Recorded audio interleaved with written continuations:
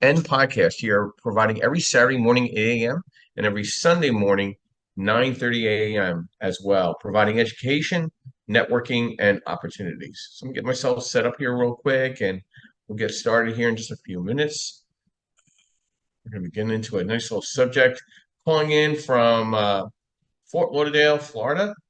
Uh, was at a investor summit, like-minded, a lot of fun, uh, and really got into discussing real estate. Had a great luncheon, a dinner event. Please, Mike, Steve, thank you. All right. So we'll get started here in just the next couple of minutes, but down here till this evening, got here Friday, met with a group of investors, probably about 100 people at this event, and great speaking engagements, great networking, just really good camaraderie, and a really lot of enthusiasm, even with a questionable market here in Florida.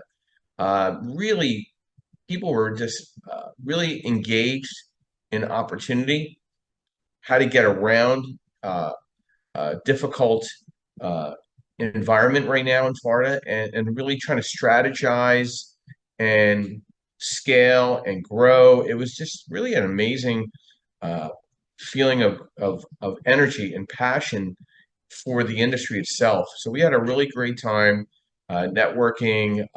Got a little time to break away with the wife and had some drinks and stuff at the Hard Rock Cafe Casino, which is really beautiful here. But yeah, I mean, it was just a good networking event from a Friday into a Saturday morning. Was there pretty much throughout the day. It was a lot of just really good energy. So I was real happy about that, and look forward to doing some collaboration with Eric at Like Minded Real Estate in the future. I do believe in masterminding. I do believe in networking, and I just thought it was just really good synergies. We had dinner on Friday night, talked about the market, talked about what he was doing and what type of education he wanted to provide for real estate investors along the East Coast, and very like-minded as well. And we talked about my schedule, and what meeting with a lot of real estate agents this past week in Maryland, and as well as New Jersey, and then obviously here in Florida. So just a lot of good content and information that I received talking to a lot of real estate professionals this week. I probably talked to several hundred real estate professionals this week, and with the volatility in the market, there's still such a high energy in regards to investing and how to really get understanding fix to rent and fix to flip and DSCR, and people want to understand how to price their loans out and underwrite their deals. And um, really interesting that the Fed made their announcement with a half a point drop in the rate, and then the Treasury bonds basically said, "Screw you, we're gonna stay still or go higher." So the rates really didn't go anywhere. And the irony enough, if you're in the real estate investment space, you already know that your rates already dropped a half a point in the past couple of weeks before the Fed announced. The Fed announcement was just to kind of give us a heads up. We're in a recessionary environment. Whether they want to clarify and say that it's a recession, the economy right now is tight. Credit's getting a little tight. Banks are very much tight, and the non-banks are kind of taking over the investment space. I pretty much see 70 to 80% of the investment space, single family through four family, and five through say 20, really is going to be taken over by the non-bank environment. So interesting articles this morning that I read over the past week. Some serious short-term rental regulations coming into another big MSA, Chicago. So Philadelphia, now Chicago, basically making it extremely difficult for STR and squeezing that out because of housing affordability and needs for low-income housing as well. That was something that was announced and put out there this past week. Obviously, you had the rate announcement with the Fed dropping the rate about a half a point, but the notes kind of dictated otherwise. Rates kind of stayed still at around 6.15 base rate. So we're still in a good spot from an investor place. I don't think we're going to see a lot of home buying in the full market. I think we're going to, because none of the values can't have been coming down drastically. They're being very stubborn. Hotel occupancy is seeing a massive decrease right now. So that's very interesting to see. But I do think the Fed's going to do another quarter point drop in November. But this is all very calculated, and I'm very concerned because people are like, oh, they're dropping the rates. This is great. No, that's not good. The economy is not good. So that people should understand the reason why rates are dropping right now is because the economy is not good. And there's some ranking that I'm going to put out there in the fastest and slowing selling markets. There's some markets right now that are slowing down drastically. Daytona Beach is now at 73 days. Palm Bay, Florida, 67 days on the market to sell a home. Miami, Florida, 84 days. But then you go to Albany, New York, Allentown, and Richmond, it's 9 or 10 days. Then you go to New Orleans or Honolulu, it's like 80 days to get a property listed and sold. In the Midwest, you got Omaha, Nebraska, Spokane, Washington, and Wichita, Kansas, taking only 8 to 10 days to sell a property. So you're seeing changes in the market. One of the fastest selling markets in the country, Grand Rapids, Michigan, 6 days. 6 days, properties are flying off the market. So you really got to kind of understand what is going on and which direction you want to go. Existing home sales are retreating on the medium sales price over the past quarter. So you got some other things you need to look at. And then also home flipping activity has slipped a little bit in the second quarter. So need to watch these things as a real estate investor. And our discussion today is really kind of tying into it. But first, I'd like to thank our sponsors. I'd like to thank MB Capital, which is your unsecured business line of credit program for investors throughout the country. I'd like to thank Lendmark, which is a asset-based lending group where I'm senior loan analyst, providing DSCR, fixed to rent, fixed to flip, new construction, multifamily, and mixed-use products. I'd like to thank Linda Plagas at Realty 411, a national publication for real estate professionals, as well as national events throughout the country. And she has an upcoming event in LA at the Grand Expo in October. And then I'd like to thank Mr. Yerdal Perkins of Perkatech, who's our social media strategist and architect to the podcast, provides website design, social media strategy advisory for his clients in the real estate professional space. Please reach out to him. Great guy to have in your power team. So today's discussion, weighing pros versus cons, which real estate method will you adopt? And I just put an article out on Friday. What are the pros and cons of buying and holding right now, right? Steady cash flow are some good pros, appreciation potential, tax benefits, stable in the market fluctuations. Now, some of the cons you need to think about, property management, vacancies, upfront costs. Maybe look at midterm rentals. The pros are higher rents than long term, less turnover than short term, but the cons are more active management, and then there's regulations. You got to be careful about that. So, these are things that you need to kind of be concerned about looking at the pros and cons going into 2025, right? Short-term rentals are going through an interesting change of time right now with regulations coming in. There are high income potential, flexibility of use, tax benefits, but the cons are high management and maintenance needs, local regulations, and seasonability. House flipping, again, timing is everything. If you cannot turn that property around in the market at the right time, you're sitting on the property. And I'm seeing more flippers coming to me, taking their property off the market, renting it, and then allowing you to refinance it at least into a 30-year fix so they can kind of weigh out the market over the next year or two. There's fast profit and there's opportunist ideals in markets that are significant price appreciation or even distressed properties. But again, the hold right now is outweighing the flip. So keep an eye on some of this stuff as we put things together. And we'll get to our moderators now. So I'd like to introduce Mr. Joseph Martella. Good morning and welcome. Brief overview, who you are, what you do, and thoughts to which methods are you adopting going into 2025? Hey, good morning, Joe. I'm a buy and hold investor. I've done several BRRRRs and do a little bit of private lending here and there. Also invest in tax liens in the state of New Jersey. So I've been doing a lot of reading on this lately with all the plane rides that I've been taking. And I was reading, I think it was BlackRock that actually established a new real estate fund where they have billions of dollars just sitting on the sidelines. And I saw someone make a prediction that in the next upcoming 10 years, 40% of single family homes are going to be owned by institutions, because less people can afford houses, and they're talking about a downturn in the market, and that's when all of these folks with the money on the sidelines are going to take advantage of the downturn in the market.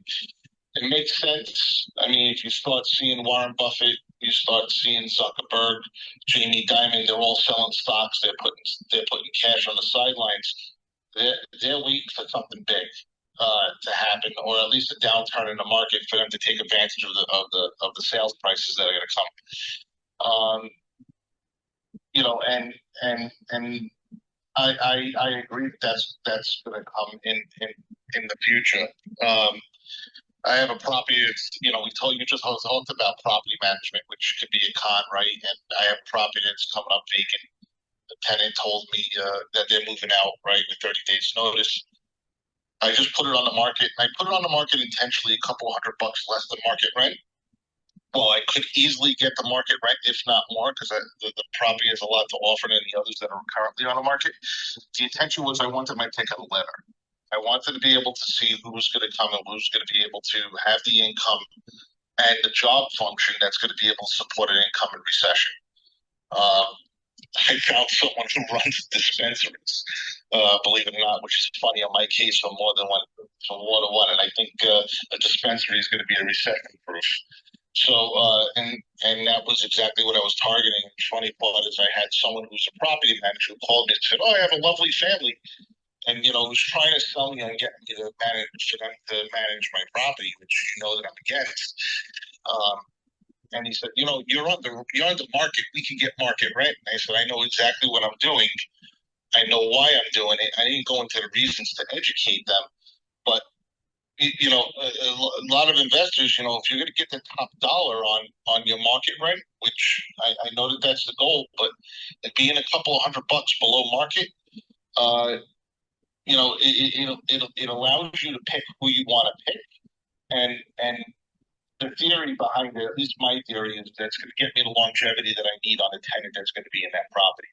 So over the long run, yeah, I may be losing $2,000 a year on potential income. I'm making a good amount of cash flow on this property as it is, well over $1,400. Um, so, do I really need the extra couple of $100 to to squeeze out of them? To where now I'm at market rent, and and now they have other options to go, right? I don't have to pick of the litter, and I don't have the flurry of people that are coming in. I had 25 people interested within a week, and the place is tentatively rented, right? I have an application out, and they have to prove what they're saying. So, I mean, that's my theory on how I run it and how I'm gonna try to come across recession proof. The other theory that you can have, right, on an income potential recession is just go straight up Section 8 and not take the regular folks whose jobs may be on the line. And that's another thing that I had in mind going forward as an avatar for that rental. So that's just a couple of things that I put out there as renting a current property. So, Joe, I mean, how much of the impact of the 2025 24 election, presidential election, do you think is going to impact the bottom line to housing? You know, what do you think the market dynamics and the consumer confidence looks like going into the election? You know, I think regardless of who gets in, I don't think there's anything stopping at least the correction in the market. I mean, things are just too high, right? There has to be a ceiling on something. Jobs are not what they claim them to be, right? There are losses. They had an overall net loss of jobs with all the corrections that were made after the headlines that everybody followed. Um, there's a 50% chance of a recession after a 50 point drop, a basis point drop in rates. When the Fed drops the rates, generally that's not a good sign down the road. I don't think, regardless of what candidate gets in, is going to stop what we're facing. Because at some point you gotta pay the piper, right? And we've been having a very good run on what's going on. But I do think that if one candidate does get in, you're going to start looking at rent stabilization and or rent control on a federal level. Um, I think you're definitely going to take a look at that. I mean, where the other one was gonna be more capitalistic, if you will. Yeah. Yeah, I think I'm concerned with the market dynamics and the consumer confidence. I don't, even with all this rate change and rates leveling off, consumer confidence is still not there. I mean, you could tell with the investor, the newer investor, they don't know which way to go. They like, I want to try to get into an investment property. I can't afford it. I can't find anything. But then I meet other investors. All they're doing is putting properties under contract. So, like, I don't know what the happy middle is because I think investment opportunities are going to change in 2025, because of whoever gets into office, that confidence level or that direction is going to change a little bit, but nothing is going to be able to avoid the kicking of the can of the commercial reset that's going to impact the residential impact in time. Correct, Joe? Yeah, I agree with you, right? Right. There's some people that are just putting it out there. I mean, if you get a property priced correctly, then by all means, right, do it. I mean, I bought two properties this year. When generally I buy one a year, right? I bought two this year, but if you can negotiate it, everything's on the market for me. Yeah, consumer confidence is not going to increase. I mean, you know, Trump came out with a different with a policy where he wants to reduce credit card fees and put a cap on interest at 10%. That's the same thing the current administration was talking about, as well as Harris. So they're starting to align principles, which makes me think that there's something in the economy that they know that they're just not going to be able to prevent. Yeah. Good stuff, Joe. Thank you for coming in this morning. So, I mean, as we're looking at this real estate market, what is this real estate landscape going to look like? And for yourself in your immediate market, are you going to become the out of state landlord? Are you going to be a long distance landlord? Are you going to go into the 5 through 25 space? Are you going to go into 1 through 4? You've done a bunch of flips, you've done a bunch of rehabs. It's your first deal. You're a licensed real estate agent and you're trying to be an investor now because the NAR settlement lawsuit is scaring you. It shouldn't, but it's scaring you. And oh my goodness, what do you do now? So, I think AI is going to have a lot of influence into this and prop tech. And I met somebody and bragged that I know the prop tech council leader here on the podcast. So, Amy, good morning and welcome. Brief overview: who you are, what you do, and thoughts to weighing pros versus cons. Which real estate method will you adopt? Good morning, Joe. You're bragging about me. I was bragging. I know the head of the prop tech council. I mean, come on, man. I got clout. You do. You do. You have clout for sure. All right, y'all. I'm Amy Palvido. I am the chair of the U.S. PropTech Council. As Joe says, I'm also the founder of a real estate technology data and AI company, and we make digital twins of buildings. And mostly on the commercial real estate side, but I've been a long time real estate investor. I've been a real estate investor since 2008 when I started buying single family homes way back in the day. And then I scaled that company. I was a private equity real estate firm and doing projects in 4 states in 2021, developments. And before that, I was a general contractor. So I've had the full gamut in real estate for the last 21 years. I will say I do want to correct some things. I don't think the institutions are going to own 40% of the homes. I kind of disagree with that. I think that what they're going to do is, sorry, I'm out for a walk. I think what they're going to do is, which take Blackrock's approach, because Blackrock doesn't own any homes. What they do is they provide mortgages. So they invest in mortgage securities. They will provide, hard money lending or asset-based lending. They'll do things like that, and they'll have debt funds, but they actually don't own the homes. Now, Blackstone, on the other hand, created Invitation Homes back in 2012, and they do have this kind of dispersed portfolio where they were picking up onesie-twosies in certain areas. But I don't think anybody can do that model. Now that build-to-rent has come to play, I think that that's where they'll be. I think that it's easier for them to kind of, manage the performance of their assets if they're all located together. So I think if any institution is going to do anything like that, they'll get into that game where they're doing build to rent portfolios. But that's just my half nickel. All right. So talking about what I'm going to do in 2025. For me, I've gone from buying single family homes to got into the multifamily game, started buying 40 units.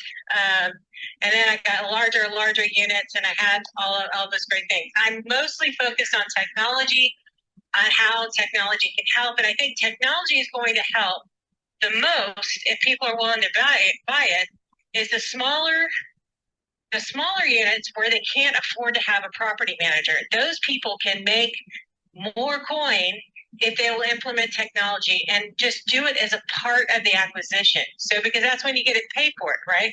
So when you go get your loan for your rehab and construction, just have a technology stack as part of that. And then that way you can manage your asset better. So from, applicants and leasing and taking payments and doing maintenance and doing all these other things, you shouldn't have to have anybody sitting at the property, right? If you own a 20 unit or if you own a 5 unit or whatever it might be, you shouldn't even have to have anybody go sit at the property or come visit once a day, right? You should be able to manage that remotely. And I think that's where technology is really going to help folks. Single family homes, there's a lot of technology being introduced there too. So if you're trying to manage your home, there's a lot of new tech coming out, especially if you're willing to invest in it on the IoT side and kind of manage, the things that the tenants never tell you, you can see and get input into. So there's a lot of that too. So that would be my half a nickel. Excellent stuff. Excellent stuff, Amy. I mean, listen, I agree with you with the Blackrock. I think they're going to put more money out.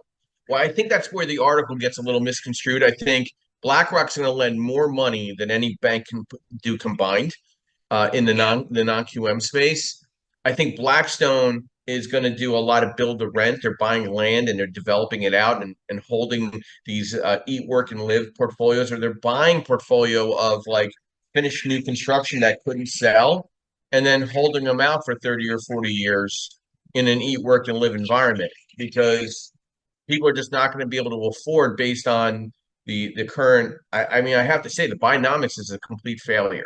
So, you have a failed economy that the government created massive inflation by putting money in trillions outside the country to countries that we'll never see.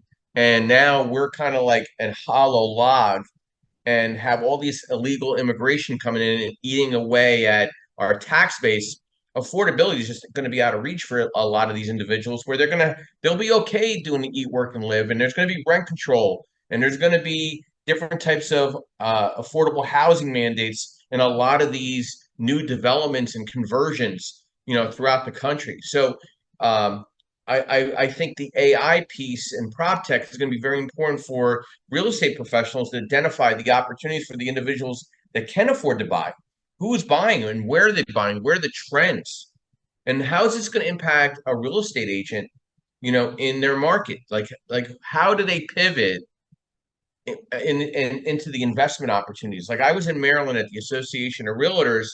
I point blank asked the realtors, "Are you investor friendly?" And the ones that cringed, I'm like, "Don't even bother taking my business card because you're not going to work with investors. It's not even worth having a conversation." So, Amy, what's your thoughts with how is prop tech going to kind of help realtors get themselves together post NAR settlement charges? Yeah, settlement lawsuit. Yeah, I think any realtor who is not actively embracing AI is just going to get left behind by those people who are. You're going to have to become like what we call AI enabled. You're just going to be more productive if you do. I mean, no one wants to. There's people that want answers at 2 a.m. because they just got off of work and that's the time that they're still awake. And they can never lease anything or they can never buy anything just because that's kind of their schedules, right? I mean, it could be a nurse, it could be a construction worker, like my son who works for the county. It was a great job, but he gets off at 2 a.m. And so, AI can handle all of that, right? So you don't have to be missing out on people. So if you're not actively embracing AI and having it answer leads for you, or at least the top of the funnel for you, you're just missing out on people who are starting to embrace that stuff. So yeah, can AI do everything? No, it can't do everything. Yeah. People still want to talk to a person or leave something. They want to make sure they're not getting frauded. So, you know, but it can do a majority of it, right? So now you can just be more productive, and now you can close more deals because you're just embracing and using AI to do it. And there's a lot of stuff that's actually not too expensive for you to use, and some of it's free. I mean, ChatGPT is free, so Yeah. I mean, some of it if you want to pay for the extra stuff you can, but a lot of it is free, and if you just learn how to use it, it's really super cool for you. And you know, there's things like ChatGPT, of course. There's other things like AI. Microsoft's coming out with their Copilot now. It's super useful for me. I use it every day. Sorry, on a walk. It's nice out in Austin, y'all. This morning, they had a motorcycle person coming by. But yeah, so it's that. I mean, it really is. And then so if you want to embrace investing, you know, you have an advantage as a realtor in understanding the market where you're in, and you're going to get first dibs on seeing some stuff, and so you've got that advantage. For you is what you have to learn. And I helped a lot of realtors when I was investing in single family back then. They learned the other side of it, right?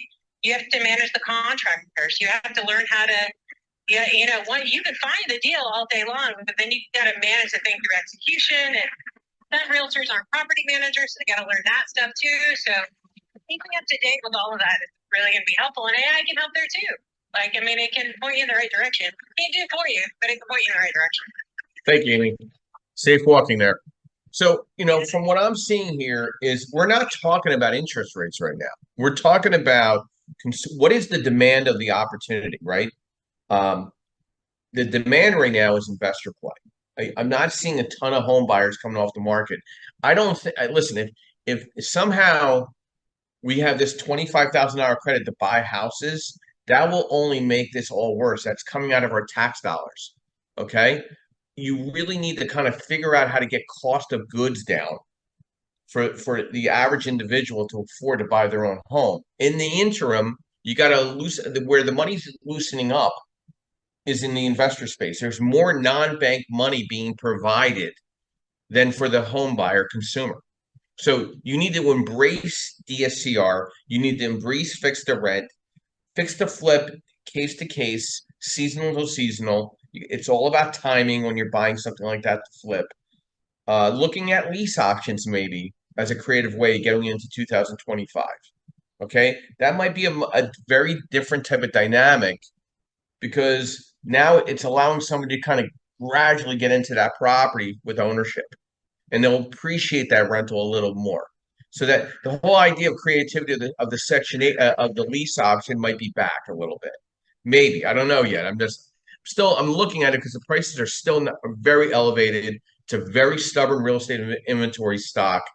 And I don't know. And then you got insurance, which is basically, you know, handicapping the investor right now in states like Texas and Florida. It's really bad. I mean, really, really bad.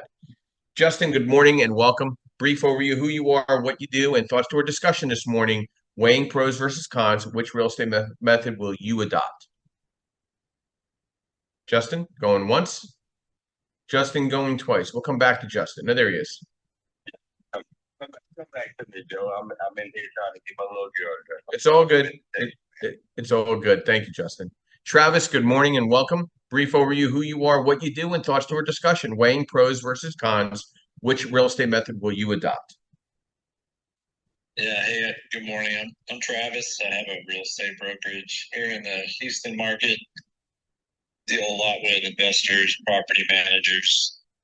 I'm a property manager. I have properties that are managed by other property managers in other states. So I've been on both sides of the coin there.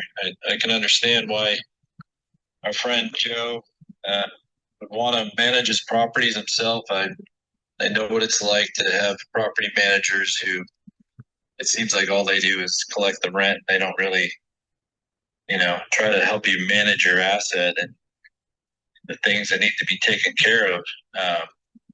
So I get it. But I think anyway, to just a comment on what he said, if you own properties in an area where you don't live, it's going to be very, very difficult to do it yourself. So I think at that point, you better investigate a good property manager. What is the question, Joe? Are you asking me what am I going to do next year? Yeah, what are some of your methods that you're going to adopt differently, knowing where the economy is going, where insurance is going, where your own market is going? What are you going to do differently to adopt in the first quarter, second quarter of next year, one way or another? What are you looking at?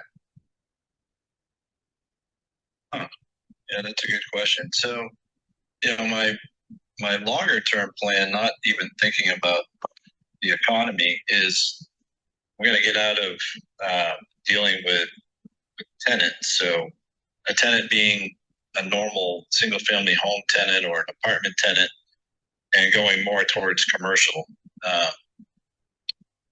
Focusing more on a business that needs a space instead of a person who needs a place to live, because I don't see the government getting involved in places where businesses are going to lease as much as they want to get involved in what you've been talking about, rent control and all this other garbage.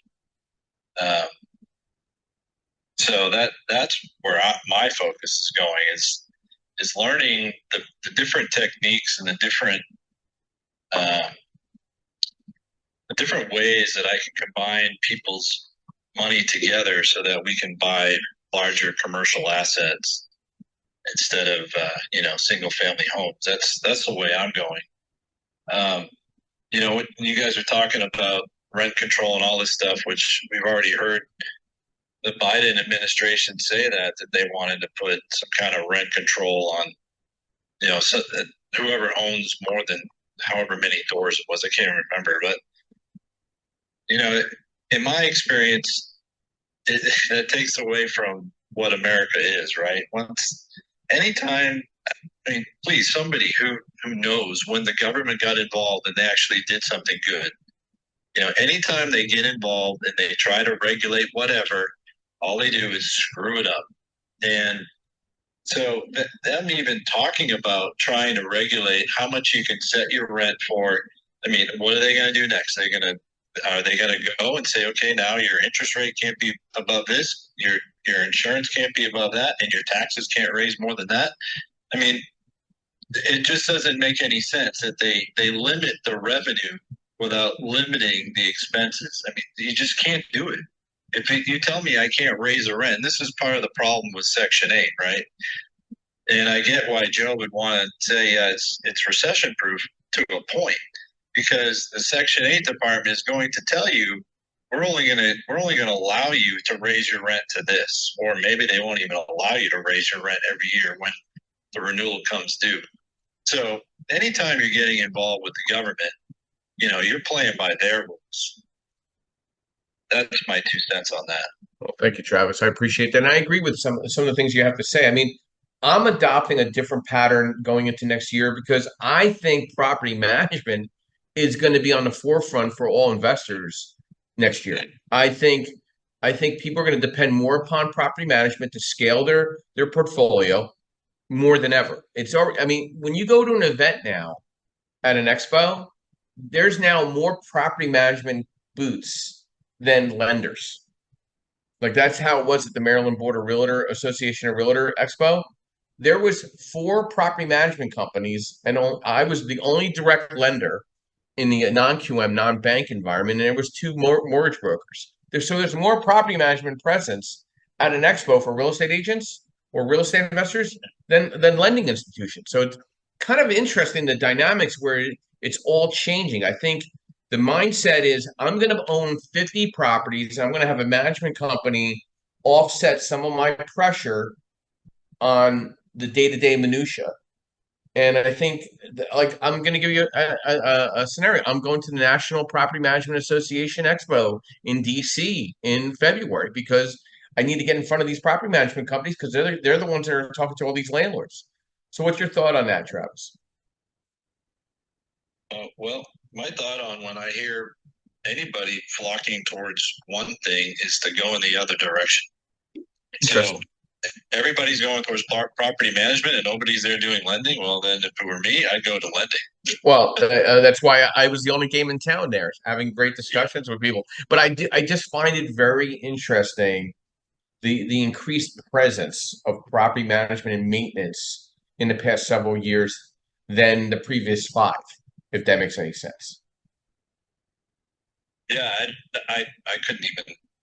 Besides, maybe there's people talking about it on YouTube. I know one of the ladies that I follow, she's all about buying businesses in Austin, and I know she talked about property management. So I don't know, man. Anytime people start moving in one direction, I go in the other direction.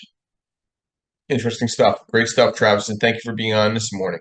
So, I'm thinking the office space, but like where is the on-site employment going to be, or the hybrid environment going to be for investors, right? Buying these mixed-use properties. It's a very popular way of going after some of these suburban markets, buying that storefront with a couple of apartments above. You need to understand the lending format to that and what is out there. Okay, because lenders have a concern with the commercial space going empty, but there's a unique opportunity because if you find the right commercial tenant, it's a great asset to hold. Good morning, Steve. Welcome. Brief overview, who you are, what you do, and thoughts to our discussion this morning, weighing pros versus cons. Which real estate method will you adopt?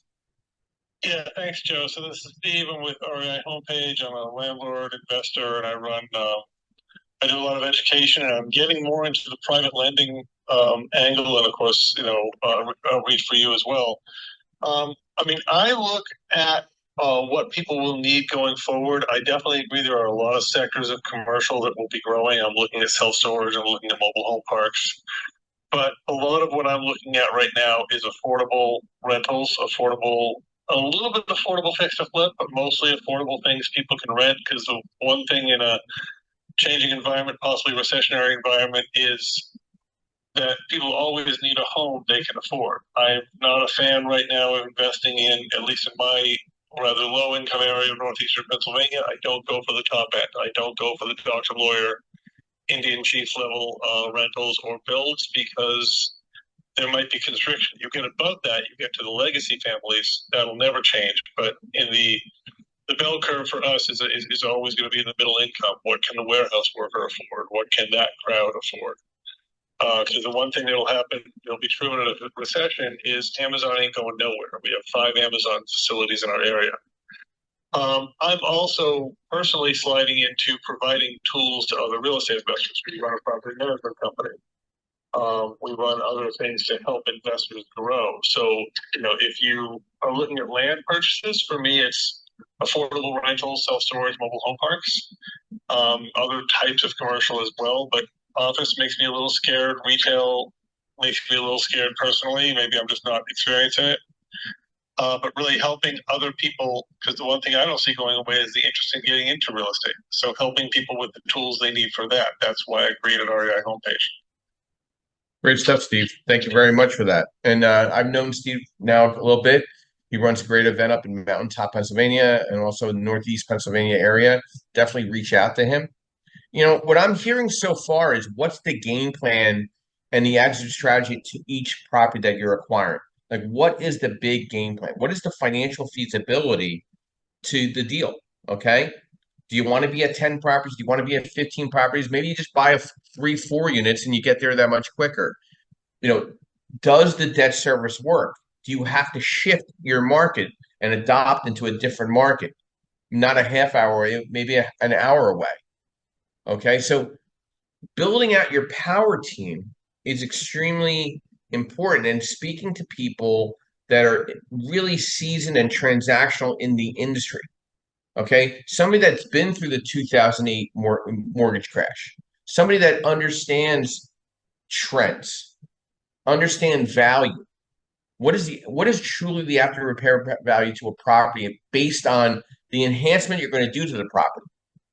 And is it going to be enhanced to be a rental? And what needs to be done to make it that much of a better enhanced rental than comparatively to a property to sell? And is your market selling? Or are you seeing decreases in value? Are you seeing costs still going up for construction material? Are you using contingencies for the what ifs? Are you set up for the proper reserve base for the what ifs? Justin, good morning and welcome. Brief overview who you are, what you do, and weighing out pros versus cons. Which real estate method will you adopt? Good morning, everybody. Just Louisiana market. I'm a real estate investor. Currently have some project management roles right now, and ramping up to kind of shift gear. I'll just kind of be brief, Joe. I do think it's time to be analyzing skill sets to see where you can find yourself profitable going forward. I found myself right now. I'm trying to sell a flip. So the remarks you began this room with how slow people are with pursuing property to live in and so on and so forth. That's absolutely true.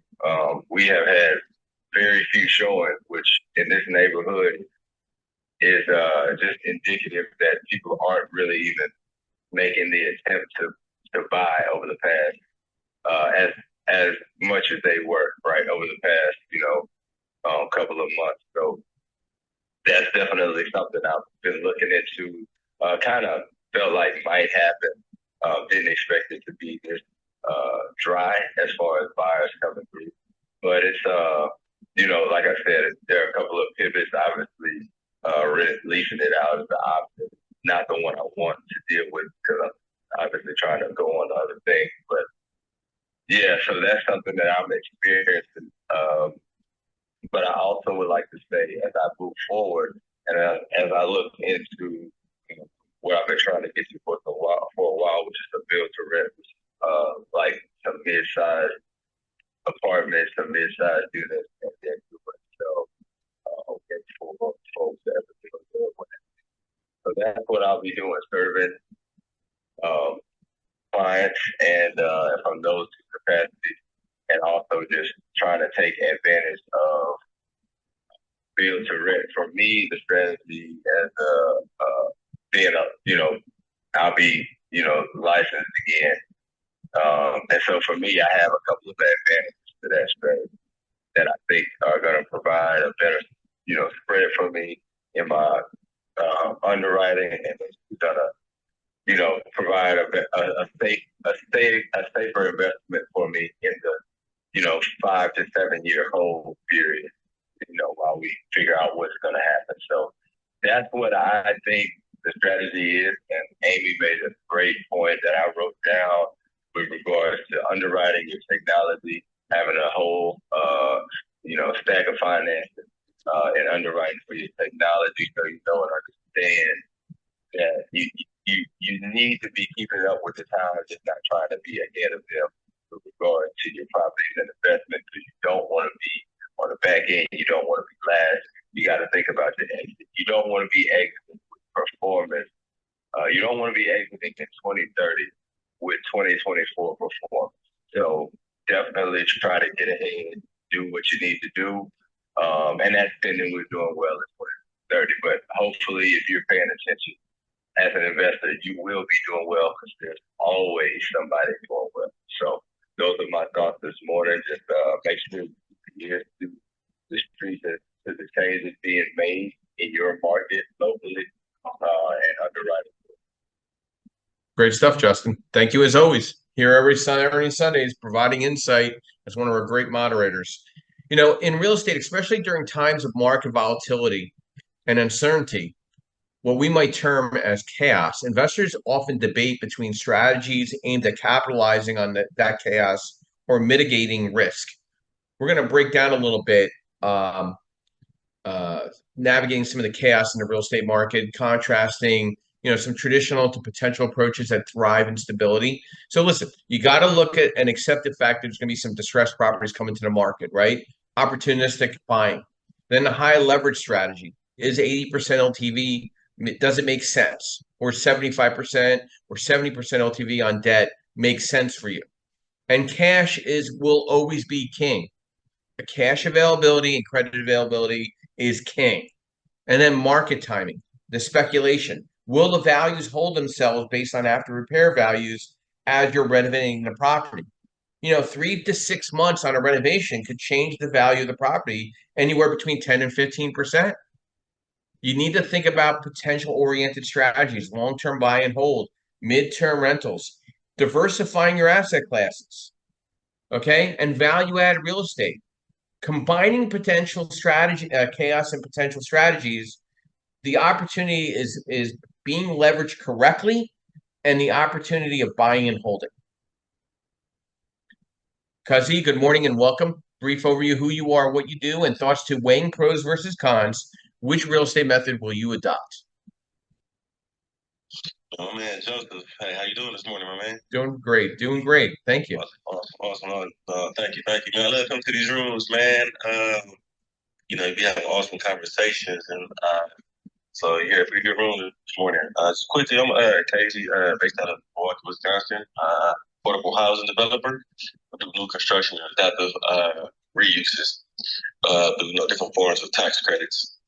So I think for us, we're just going to continue to do what we're kind of doing around affordable housing space. That usually does not, at least in history, the program has been around since 1986, and it has not slowed down in any downfall, or if there's a downfall, government seems to put more money into this industry, whether it's in forms of other grants or low interest loans or, project-based vouchers that has, continue to increase 7 to 10%, annually.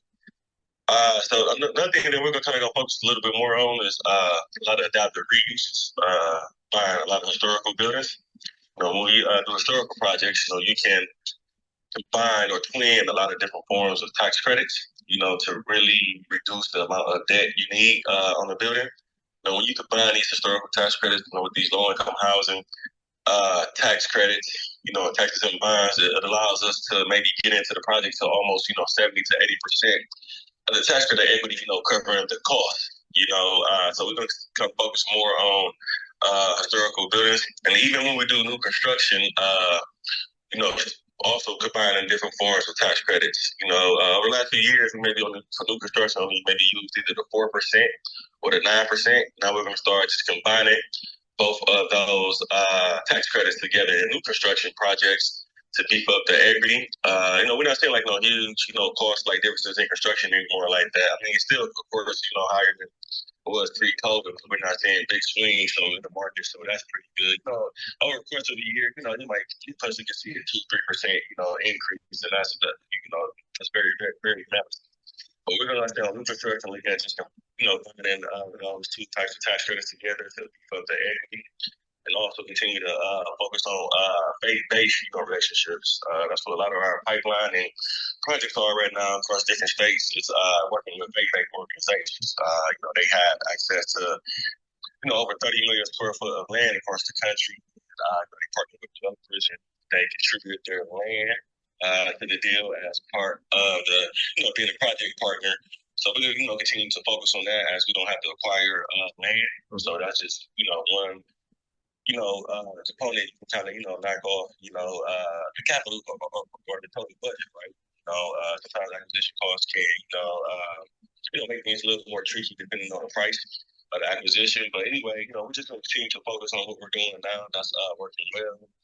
I know we do expect down the pipeline. There's already things that's coming down the pipeline now for affordable housing, and actually some of it has happened already. So we didn't see a lot of increases in just different, mechanisms, affordable housing that allow us to, move a little bit quicker or, kind of close the gap a little bit faster. So just continue to focus on that. And I think that's going to work well for us. And, we kind of adapt or pivot, or not going to say pivot, I should say, kind of, reanalyze as we go or things change in the market. Whether insurance costs, interest rates, we just, always seem to just, kind of reorganize things to allow us to keep, to continue to move forward. So I'm excited about these even next, like I said, 10 years, just what's happening in the affordable housing industry. And like I said, to continue to focus on what we're doing and just, adapt as we need. Great stuff, Kazi. Thank you as always. As we see this housing market recovery going into 2025, what would this look like? And for the real estate agent, post NAR settlement, like what other revenue streams are you creating yourself to be a little more diversified if you're having, I would say, problematic issues with the transparency of now what you have to do with a client? I'm very concerned that the real estate the agent position is going to evolve even more so with AI. So I really think, if you're a real estate agent, I'm a licensed real estate agent, but you need to think about other revenue streams that tie into what you do as a real estate professional. Like I met a real estate professional at a CE course I taught on Thursday. And when I met her, she was a property and casualty agent. That's all she did, property and casualty. Now she's a licensed real estate agent and she's providing property and casualty insurance. She's creating additional real estate streams because I was giving her CE on asset-based lending. So I thought that was a smart move. I mean, she's diversifying herself, but not depending on one or the other. And she's providing for her clients. And the beauty of what she's doing is she has to be more transparent than ever because she's holding multiple licenses. So when you're holding multiple licenses, I think you're adopting to what's happening in front of you from a AI and prop tech perspective, and understanding that your market's going to have some ups and downs. And I think we're looking at more correction coming in 25, where you need to think about other revenue streams that tie to what you're doing as a real estate professional. Now, if you got a W-2 position, you work for the government or something like that, or it's a steady check, that's a little different. You could take a seat back and wait on the market to recover. You're not as consumed with the interest rates. It's not going to impact completely your bottom line. You notice we're not talking about interest rates that half a point drop didn't do anything for the investor. That hasn't changed their mindset. They're still aggressive as ever. And this is a investor driven podcast. We're not here to talk about, how to buy your first home. We're here to about scaling and pivoting and becoming that chameleon type of real estate professional and how to keep moving forward. All right, no matter what is thrown at us in front of us. So I think inventory is going to stay very stagnant going into 25. I think we have some concerns, and you need to understand that you're going to have to diversify and stay ahead of the game. Like from a social media perspective, we're doing a full revamp, myself with Yardell. We're adding a whole new CRM. We're doing a whole video production. We have game plan. We're setting goals for ourselves to stay in front of people and stay relevant. So going into a fall winter market as things cool off, you really need to think about, as a real estate professional, do you have enough opportunities to provide to your client base of inquiry? Hey Joe, I just recently I read an article last week or a study that mentioned if you use Chat GPT every day, your productivity increases by 20%. That's huge, 20%. I mean, I leverage Chat GPT all the time, Kazi. I mean, I'm putting out multiple articles. I take a lot of that information and I transpose it into my thought and opinions. I post. I agree with you. I think posting 2 to 3 articles a week on different thoughts that are going through your mind is very important, not just for your brain to keep working, but to stay relevant in front of your audience. Your audience is, who you're connected with on LinkedIn and Facebook and Instagram, who's following you and who you're talking to, staying connected. Listen, you could do all the AI in the world, but you still have to meet people and introduce yourself. Like at that event yesterday, I went up to every single person, shook their hand. My name is Joe Scarice. I'm with Lendmark Capital. I'm a direct private lender. Here's my card. I'd love to have a chat with you. Maybe not right now, but let's have a follow-up discussion. Let me send you some worksheets that I can provide to you to make you a better educated real estate investor. And hopefully we can be part of each other's power team. That was my selling point, meeting 50 people yesterday. I did it over and over and over again. Ellis, good morning. Welcome. Brief overview, who you are, what you do, and thoughts to our discussion this morning. Weighing pros versus cons. Which real estate method will you adopt? Oh, good morning, Joseph. Good morning, all. My name is Ellis San Jose. I am a full-time investor here in Southern California. I've been doing this for about 3 decades now. And what am I going to be doing different? I'm kind of an outlier. My niche is I focus in on situations where there are title challenges or title issues in very distressed situations. So typically if we're finding the right situation, we can buy properties that have 50 to 80% upside because we're buying it at such a deep discount. I've also done some guest lecturing at UCLA where I talk about investing in debt. So, part of that is in my formula where there is a title situation. Sometimes there are opportunities to buy the debt instead of the asset at deep discounts as well. I'll be also discussing this at the 5-Star Conference. I was selected as a expert speaker panelist at the 5-Star Mortgage Conference this upcoming week in Dallas. So I'll be expounding on that as well. But I had this discussion about 12 years ago when I pivoted from my business because I was really burned out from all the different shifts in the market. So I decided, who I call my board of directors or my mentors, about focusing in on a niche that was as evergreen as possible because as you know, Joe, with your great experience in this market, there's so many different dynamics shifting here and there, and it was just too hard for me to continue the path I was on. So I said, okay, let me find a evergreen strategy that no matter what the economy is doing, no matter what all these dynamics are, the changes, because we can always count on change, right? So I wanted to find things that were evergreen regardless of what was happening. And I found that niche to be with the title challenge issue. So it's a very low volume, high margin business, and that suited my skills very well.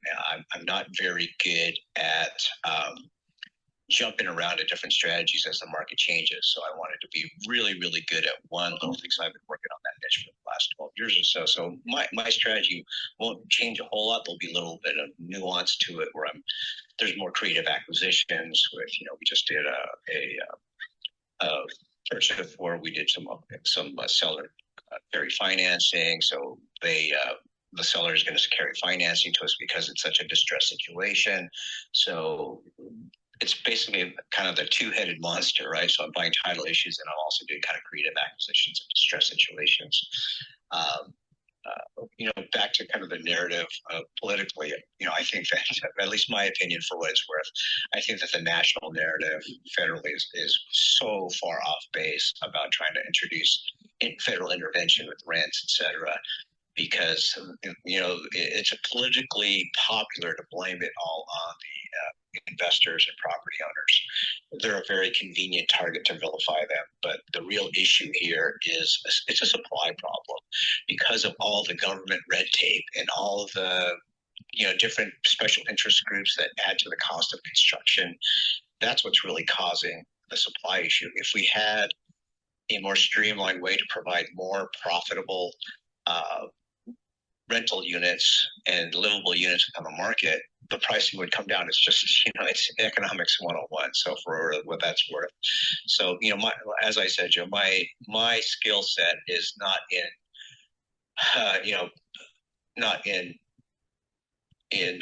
looking at the little incremental marginal benefits or advantages, because that really only gets magnified with scale. So I'm not a scale guy. I like to be, like I said, very low volume, very high margin situations. So I'm enjoying this conversation. It's always good to see what other people are doing all over the country. Yeah, it's great stuff, Ellis. I didn't realize you're going to be at the 5-Star. I did that a couple years, and I just pivoted. Not saying it's a good event for a lot of good realtors. I really want to get insight on the REO space, and you learn a lot from Fannie and Freddie players that are involved with it. I'm just pivoting. I'm doing the NAR event up in Boston, so I just kind of yeah. So but I think 5-Star serves a great purpose. I do post a lot of their articles up because I find them of relevance. And you're on the West Coast, which you're seeing the desecration of once a great state of California and what politically has.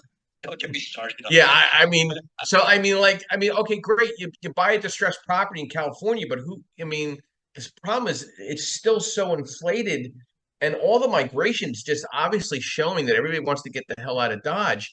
So I mean, like, are you still going to adopt in 25 to buy more property in California to reposition, or are you looking at other markets right now?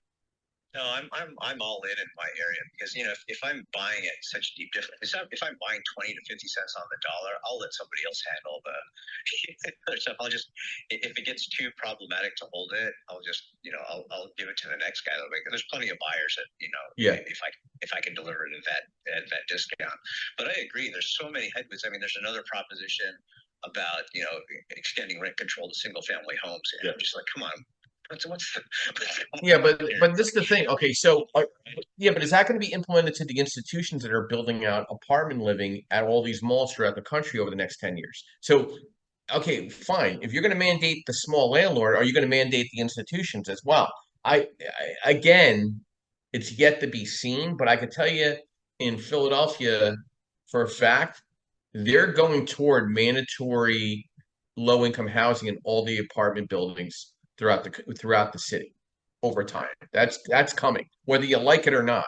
And if you live in the loft and you're paying top dollar, somebody down in the second or third, fifth floor is paying a lot less than you through the government channels. So I don't know how fair that is. I don't feel, I mean, like a Class A building. Now you're forcing that landlord to substantiate a lesser paying tenant in there because there's a housing shortage. Well, there should be affordability made by the Fed and the state to be able to make those type of housing affordability opportunities. Like right now, PHA in Philadelphia is buying their own properties. They're buying properties. I mean, they're slower in buying, but they're the competition. They're going after apartment buildings and creating low income housing for their vouchers. Why aren't other cities doing that? Right. I mean, it all boils down to, with all these policies, is it going to be profitable? Because if it's not profitable, I mean, if you start squeezing the margins, why would you ever want to build anything? And yeah, I'll put in affordable units as long as I can, bottom line, make my spread. If I can, with all the government intervention and low income requirements, if I can fit all that in and still develop it and still make money, yeah, I'll do it. But it's becoming less and less because they're squeezing so many parts of the pie. They don't get it, right? The government doesn't get it. They think that, oh, look what we're doing to squeeze the evil landlords. Well, when the landlords and the builders and the developers start saying, hey, you know what? I think I'm not going to build here anymore. It's just too stupid, right? They'll move on, and that's the elephant in the room, and it's so frustrating because I've gotten in many political venues where I've said this, and it's not a popular opinion, but it's the truth as I see it. It's economics 101. You take the profit out of it. Nobody, why would I build it as a charitable act? Yeah. And lose money, that's not going to happen. No, I get it. In Minnesota, guys, I heard about that when Minnesota tried to implement rent control. Well, Minnesota's a whole nother. Yeah, Minnesota's a whole nother.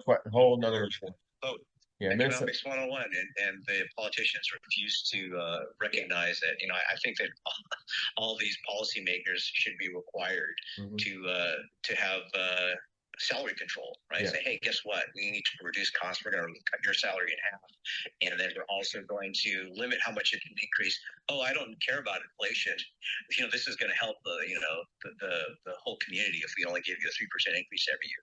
I think they might get it if we did it that way, but of course, very unpopular opinion because people want to feel good. They don't want to be told the truth. Well, I'm a fan of small government. I'm not a fan of big government, and I would agree with you, Ellis. And I think we need to get back to more small government. I think we need to get to a place where there's freedom for opportunity, where we're not taking away rights of individuals. But I think there has to be we have to get our costs down to be able to adopt new goals for ourselves as real estate professionals going into next year. Like the cost of goods is 30% different than 4 years ago. That's a fact. You can make it any way you want. You can cut it up any different way, whatever party you want to fall in. At the end of the day, you need to work harder to be able to afford to live and breathe now than 4 years ago. And that's a fact. So whatever direction you go as a real estate professional, you better figure out a game plan right now, today, for your first and second quarter in 2025? And what does that look like?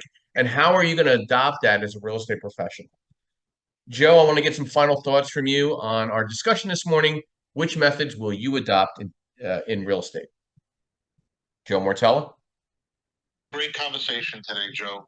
A lot of, listen, like you said, this isn't for the beginners at heart, right? This is a more of a 201 than a 101 on real estate investing and talking about the economy, where it's going. So really, really good conversation about government involvement, the road that we're going for, what the market looks like, and how investors really manage the market and keep an eye on it and adjust accordingly. So really good conversation. Some great nuggets in here. Thanks, Joe.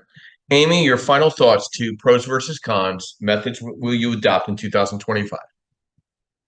Great room, Joe. It's been awesome. There will be more and more technology that'll come out that'll change the game for investors, whether they're large or small.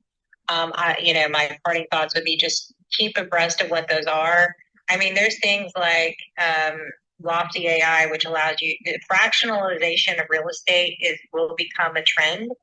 So take a look at that. So if you don't have a whole lot of money and you want to invest like $1,000 here or there are platforms out there that will do that, and maybe that's how you start instead of becoming. A lot of people, when they started, they became a wholesaler, and that's the way they could do it with very little cash. Well, there'll be other ways to build it up, but eventually you don't want to stay there. Eventually you want to be a buy and hold investor just because that's how you create wealth. So, start someplace, but, hopefully you can scale and grow to where it makes a real difference for your family, for sure. Great. Thanks. It's a great room. Great room today. Great subject. We'll be back here every Saturday and Sunday morning. Saturday mornings, 8 a.m. Eastern Standard Time. Sunday mornings, 9:30 a.m. Eastern Standard Time. I'd like to thank our sponsors, MB Capital, Percatech, Realty 411, and Lenmark. We're here to provide education, networking, and strategy. And I want to thank everybody for a very engaged room this morning, calling in from Fort Lauderdale, Florida, from the Like-Minded Real Estate Investor Summit. I'll be at various events this fall. Love to meet up with every single one of you, whether for coffee, for lunch, or at a networking event. And my quote this morning: don't be impressed by money, followers, degrees, and titles. Be impressed by kindness, integrity, humility, and generosity. Everybody have a beautiful week. I'll see you next weekend, and I'll be ending the room in the next 30 seconds. Thank you.